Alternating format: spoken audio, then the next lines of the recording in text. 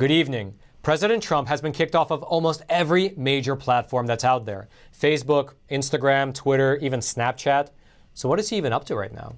Meanwhile, another BLM activist was confirmed to have been arrested at the U.S. Capitol on January the 6th, and he was in possession of firearms. Meanwhile, over in the House, Nancy Pelosi and the Democrats are pushing through a second impeachment, although it's likely to fail once reaching the Senate. And lastly, Parler, which is a competitor to Twitter, has been kicked off of Apple, Google, and Amazon because they refuse to censor their users. They are now seeking legal action. Let's go through these stories together. This is your never-ending 2020 election update, and I'm your host, Roman from the Epoch Times. Now, I wanted to start today's discussion by going through this quote. Take a listen to it and see if you can figure out who said it. It doesn't matter what the press says. It doesn't matter what the politicians or the mob say. It doesn't matter if the whole country decides that something wrong is something right. Republics are founded on one principle above all else: the requirement that we stand up for what we believe in, no matter the odds or consequences. When the mob and the press and the whole world tell you to move, your job is to plant yourself like a tree beside the river of truth and tell the whole world, no, you move. So that was extremely powerful, and it was said about 100 years ago by Mark Twain, and it was made famous when it was adopted by Captain America. That might have been where you heard it from before. And the reason that I wanted to bring up this quote right here is because about 21 years ago, we here at the Epoch Times, we made a decision. We planted this organization like a tree beside the river of truth, and we have been exposing the communist subversion around the world ever since. And right now is the culmination of decades of socialist and communist subversion in this country. It's playing out right in front of our eyes. And I would implore you to not lose heart, to not give in to the mob, and to instead take the solemn and weighty responsibility upon yourself to speak the truth no matter what. The gloom that's in this world right now, it seems to mask the fact that there is so much to be thankful for. But you know what? That gloom is but a shadow that will vanish with the light of truth, and dawn is almost at hand. Now, let's talk about some of the ramifications that have come about since January the 6th. To start off with, 2 days ago, the U.S. Capitol Police have confirmed the off-duty death of one of their officers, a man by the name of Howard Libengood. In their statement, the department said, he was assigned to the Senate Division, and he has been with the department since April 2005. Our thoughts and prayers go out to his family, friends, and colleagues. His specific cause of death has not been released yet, and it's still unclear whether his death is related to the unrest that took place at the Capitol. However, if it is the case, then he would be the second police officer to die in connection with the breach of the Capitol building. Now, President Trump ordered American flags across the country to be flown at half-mast until this upcoming Wednesday as a sign of respect for the service and sacrifice of United States Capitol Police officers Brian D. Sicknick and Howard Libengood, and all Capitol Police officers and law enforcement across this great nation. Now, on the other side of the protest, a federal investigation has been opened into whether excessive force was used against Ashley Babbitt. She was, of course, the young Air Force veteran who was shot and killed inside of the Capitol building by the police. In order to get more details about this investigation, as well as to get a little bit more clarification around the details surrounding her death, we here at the Epoch Times, we actually reached out to the U.S. Attorney over in D.C. for comment, but have yet to hear back. We also reached out to the FBI for comment, but neither have gotten back to us. I'll let you know if we hear anything. Now, in terms of the other protesters, a number of them have been either arrested or charged in the last few days, including the man from Arkansas who posed for photos while sitting at a desk in Nancy Pelosi's office, a lawmaker from West Virginia who filmed himself entering the U.S. Capitol building, a man from Florida who was photographed carrying the Speaker of the House's podium, as well as this man here with the horns and the hat. You might have seen him in photos all across the internet. He's become somewhat of the face of this whole break-in. In total, thus far, several dozen people have been arrested, and 53 of them are facing charges. Now, there are two things about these arrests that are interesting and worth mentioning, and I'd like to discuss with you. First of all, not everyone who got arrested was a Trump supporter. Some were actually anti-Trump. For instance, a 25-year-old man named Logan Grimes was arrested in Washington amid this protest. According to his family, he is not a Trump supporter, and he has actually been active in the BLM movement. So why was he arrested? Well, according to the public arrest records, he was booked on charges including carrying a pistol without a license, possession of a large capacity ammunition feeding device, and possession of unregistered ammunition. So what was this anti-Trump BLM activist doing at the parade with live ammunition? Well, here's what his father had to say. "We are a very progressive liberal family. If there's any reason my son was even present, it's because of his stand against what a lot of those folks who did horrible things yesterday." Now, Logan Grimes was not the only confirmed BLM activist who was arrested on that day. As we discussed in our previous episode last Friday, another left-wing activist named John Sullivan was also arrested for breaking into the Capitol. Now, since then, we found a video online that was posted on his YouTube channel showing him entering the Capitol building with a group of other Trump supporters. And he's heard on video encouraging others and convincing Capitol Police to let the trespassers through at several impasses. So what was he doing there at the Capitol? Well, he claims that he was just there in a reporting capacity. He was just there to take a look around, going there to document what was happening. When others pressed him online on the fact that he was egging people on, he claimed that it was part of blending in, so I don't get beat up. And this is, among other reasons, why I say that it is still unclear who actually instigated the break-in of the Capitol building. We're still looking into it. We're still investigating all of the details surrounding it, as well as the footage from that day. Now, the other thing that I wanted to highlight in regards to all these arrests was this. The fact that these people are getting found, charged, and arrested is not surprising to me. I mean, their photos are everywhere, and the FBI has extensive resources. But in my opinion, what is surprising is how easy it was for these protesters to breach the Capitol building in the first place, especially at a time when every single lawmaker, both all of the senators, all of the House members, as well as the vice president, were inside. To me, it seems almost unfeasible. I mean, take a moment to consider our priorities as a country for a moment. We spend over $700 billion on defense every year, but where does that money even go? I mean, we of course purchase the greatest helicopters, the greatest fighter jets, the greatest weaponry that money can buy, but our Capitol, our U.S. Capitol building, can be overtaken in a matter of just an hour by unarmed protesters. Now, along this line, 3 days ago, a bipartisan group of senators announced that they're launching a probe into these security failures. Among the things that they'll have to investigate are two that I'd like to highlight with you. First of all, 3 days before the protest, the Pentagon asked the Capitol Police if they needed the National Guard, but they turned it down. And second of all, as the building was being stormed, in the middle of it, the Justice Department reached out to the Capitol Police and offered to provide them with several FBI agents as backup, but they also turned them down. Why? I'm not sure. Thus far, it's not been made publicly known. Likely, it'll have to be investigated by the Senate. Now, just for your reference, these 2 points above about the Capitol Police turning down help came from a report in the Associated Press, which interviewed unnamed senior defense officials. So take it what it's worth. We here at the Epoch Times, we actually reached out to the Capitol Police, the Defense Department, as well as the Justice Department for comment, but none of them got back to us thus far. If they do, we'll let you know. Now, if you'd like to read more about what we discussed thus far about all of these investigations and arrests, then those links will be in the description box below this video for you to check out for yourself. And while you're down there looking for those links, take a quick moment to vote with your finger and smash that like button.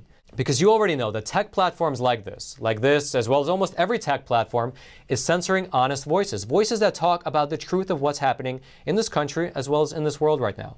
But when you smash that like button that's below this video, you are forcing the YouTube algorithm, the exact same algorithm that censors us, to push this video out to potentially thousands and more people, letting the truth be known far and wide. Now, let's talk about the possibility of a second impeachment. As I'm sure that you're already aware, most media, some lawmakers, former officials, and a lot of critics have pinned the blame on what happened at the riot in the Capitol building on President Trump. Now, earlier today, Democrats in the House have formally introduced an article of impeachment against President Trump, charging him with incitement of insurrection, and they will be voting on it probably as early as Wednesday. And if they get a simple majority to vote in favor of impeachment, then it'll go to the next step, which is a trial in the Senate. Now, how likely is all of this to actually succeed? Well, it's not very likely. Even if the House moves to successfully impeach and is able to push it through expeditiously, it's likely going to die in the Senate before January the 20th. That's because right now, the Senate is actually in recess and is only holding pro forma sessions every 3 days until January the 19th. And so, according to Mitch McConnell, without unanimous consent, the Senate may not conduct any business of any kind during pro forma sessions, including beginning to act on received articles of impeachment from the House. So you see, even if the House votes for it, unless all 100 senators agree to it, there is not going to be a Senate trial, at least until January 19th, which is the same as not doing it at all, right? Because then the end of the term is January 20th, and you can't get anything done in a single day. But notice something really cool, at least in my opinion. Even though this whole thing basically has no chance of going through, no one is talking about election fraud any longer. In fact, no one is talking about almost anything else any longer other than impeachment. It seems to be the front page headline of every single newspaper. It's kind of cool how that works. Regardless, if you'd like to read more about the second impeachment attempt, those links will be in the description box below this video for you to check out for yourself. And now let's talk a little bit about censorship. As I'm sure you've already heard, President Trump has been kicked off of practically every platform that's out there.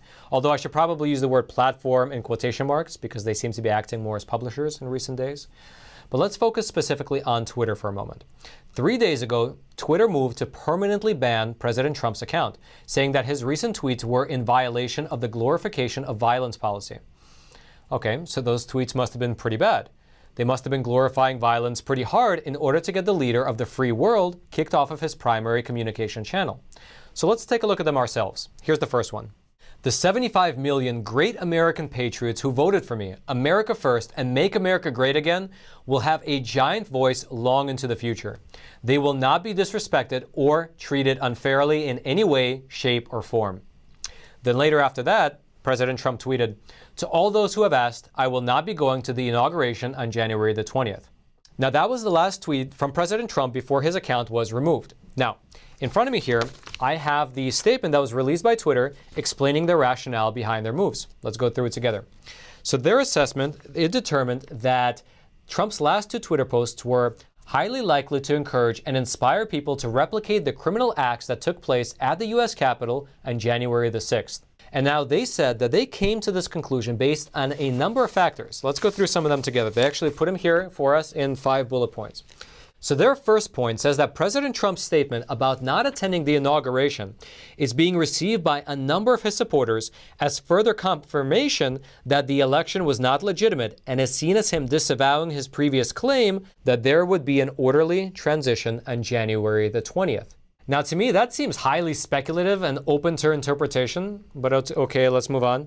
In their second point, Twitter says that President Trump's statement may also serve as encouragement to those potentially considering violent acts that the inauguration would be a safe target as he will not be attending. Again, that could be the case, but that's highly speculative and open to interpretation. But let's continue. The third point, and in my opinion, this is my favorite point in terms of the mental gymnastics, is that the President Trump's use of the words American patriots to describe his supporters is also being interpreted as support for those committing violent acts at the U.S. Capitol. In their fourth point, Twitter claims that when President Trump said that his supporters will have a giant voice long into the future and that they will not be disrespected or treated unfairly in any way, shape, or form, that is being interpreted as further indication that President Trump does not plan to facilitate an orderly transition. In short, they are basically saying that President Trump didn't actually threaten violence, but that his words can be interpreted to perhaps be an incitement to violence. Interpreted by who? Well, they didn't really say. If you've been following this whole censorship debate for a while, you already know how it goes. In my view, the way it works is basically that there is one group of people which can constantly talk about doing violence to their opponents and have it be brushed off as being just a metaphor, while you have another group of people that can't even talk about their points of view without it being called a dog whistle. Here's an example of it. It took me about a minute to find because these types of examples are everywhere. This is from People for Bernie. It's a verified account on Twitter. And they wrote, "You're either Antifa or you're pro-fascism. There is no middle ground. The question today isn't which side you are on. That question has already been answered. We know who sided with fascism. Don't let them escape it." Don't let them escape it? Antifa has been brutally beating people up, and they've even killed at least one person over the last year at least. That is a threat, but it won't be interpreted that way. It will not be taken down very likely, because it's just a metaphor, right? It's all open to interpretation. So you see, when you begin to have the power to ban people based on interpretation, that's so dangerous. In my opinion, at least, the people who advocate for this type of censorship, they actually typically have good intentions. They want to help the world. They just don't realize that when you open up Pandora's box like this, when you let the genie out of the bottle, when you allow censorship to take place in this world, it won't always work in your favor. You might be censored yourself in the near future. Regardless, that Twitter ban was only the opening salvo. A lot of people don't know, although more people know now, that Twitter has a competitor named Parler. And after President Trump was banned off of Twitter, and at the same time a lot of other conservatives were also getting kicked off of Twitter as well, Parler saw a huge surge in traffic. That's because they are known as a free speech platform. They have guidelines in place that are in line with federal laws, but they don't go further than that. They don't politically censor. In fact, I had a chance to sit down with Parler CEO a few months ago, and here's how he described his platform. So we have a legal basis for every rule, which means that you can express your political opinion without worry of censorship. Now, of course, you can't be violent. You can't, post really egregious, like nudity or obscenities, but you can express your opinion in any way you feel like without worrying about being targeted. However, the open nature of that platform has become a problem to some. 2 days ago, both the Google Play Store as well as the Apple App Store kicked Parler off of their platforms. In explaining their actions, Apple released a statement saying that we have always supported diverse points of view being represented on the App Store, but there is no place on our platform for threats of violence and illegal activity. Parler has not taken adequate measures to address the proliferation of these threats to people's safety. We have suspended Parler from the App Store until they resolve these issues. However, Parler's founder and CEO, he said that this was a huge double standard, because on the very same day that Parler was banned, Hang Mike Pence was trending nationally on Twitter. And yet Twitter wasn't banned. And in regards to what happened at the Capitol on January the 6th, he said that Parler has no groups style feature, and Facebook was the #1 tool for coordinating meetups for that event. And yet Facebook was not banned. He therefore called it a blatant double standard, saying in a statement that it's displaying the horrible double standard Apple and their big tech pack apply to the community. Now that was not the end of their trouble though, because the very next day, Amazon, who Parler was using for its web hosting service, also kicked them off. And because of that, as of right now, Parler is offline. Now the CEO of Parler, he is taking legal action, saying that he believes that Amazon, Google, and Apple coordinated to try and ensure that they don't have competition. Now we here at the Epoch Times, we reached out to Amazon, we reached out to Google, and we reached out to Apple for comment, but have yet to hear back. If you'd like to read more about Parler, how they got kicked off, as well as what they're doing in response, those links will be in the description box below this video for you to check out. And now lastly, I'd like to take a moment and introduce our new sponsor to the channel. Right now, as you can obviously tell, is a time when both platforms and advertisers are making a concerted effort to defund media outlets which report honestly about what's happening in this world right now. However, Tidal HomeLock obviously cares about the truth to sponsor a channel like ours. And in fact, let me move over to the studio to tell you more about them. That's right, Roman. Today's sponsor is a great company called Home Title Lock. And the reason they're a great company is that they can help keep you out of trouble. Basically, right now, with all the advances in technology, the title to your home is likely kept online. And what a savvy hacker can do is that they can hack into the system, steal the title to your home, fake your signature, and sign over your home, basically sign a quitclaim deed stating that you sold your home to them. When you really didn't, it's fake. But a bank won't know any different. And so what they will do then is they will take out loans against your home and take all the equity from it, basically stealing from you. And you won't know any different until the collection calls start coming into you. So they help you. Home Title Lock protects you from this eventuality, because in the unlikely event that this actually happens to you and you're a member with Home Title Lock, they will spend up to $250,000 in legal fees in order to restore your home's title. And so you can go over to HometitleLock.com. That link will be in the description box below this video, HometitleLock.com, and you can register your address to see if you're already a victim. And then if you want to sign up for their service, you can use promo code Roman, that's like my name, and you can get 30 days of free protection. So go over to HometitleLock.com, use promo code Roman, and sign up. And again, thank you so much, Home Title Lock, for sponsoring this video at a time when advertisers are pretty much avoiding honest media outlets like the Epoch Times. They stepped up and sponsored our video, and they are actually a long-term sponsor. So check them out if you are interested in protecting your home's title. Otherwise, Roman, in the other studio, back to you. And lastly, if you haven't already, smash that like button for the YouTube algorithm. Subscribe to this channel in order to get honest news content delivered directly to your YouTube feed. And until next time, I'm your host, Roman from the Epoch Times. Stay informed and stay free.